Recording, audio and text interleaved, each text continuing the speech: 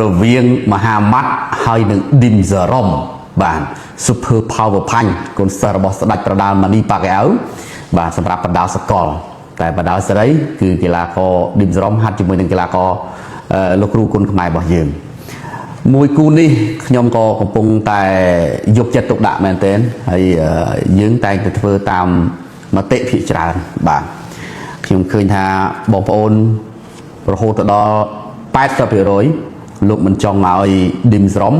មកដណ្ដើមខ្សែក្រវ៉ាត់របស់មហាម៉ាត់ទេ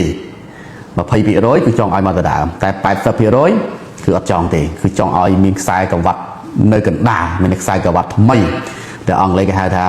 Weekend Title Championship បាទខ្សែក្រវ៉ាត់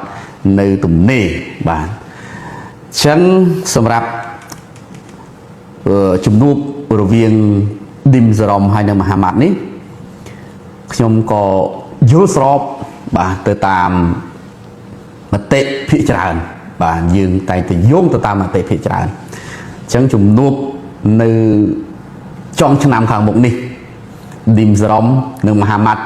គឺការប្រកួតដណ្ដើមខ្សែក្រវ៉ាត់ថ្មីនៅក្នុងកម្មវិធីថ្មីមួយទៀតបាទអញ្ចឹងខ្សែក្រវ៉ាត់នេះគឺខ្សែក្រវ៉ាត់កោះកេះបាទខ្សែក្រវ៉ាត់កោះកេះតើខ្សែក្រវ៉ាត់ឈ្មោះអ្វីបាទប្រិមិត្តអញ្ចឹងរងចាំទាំងអស់គ្នាអញ្ចឹងសូមជម្រាបជូននេះយើងយោងទៅតាម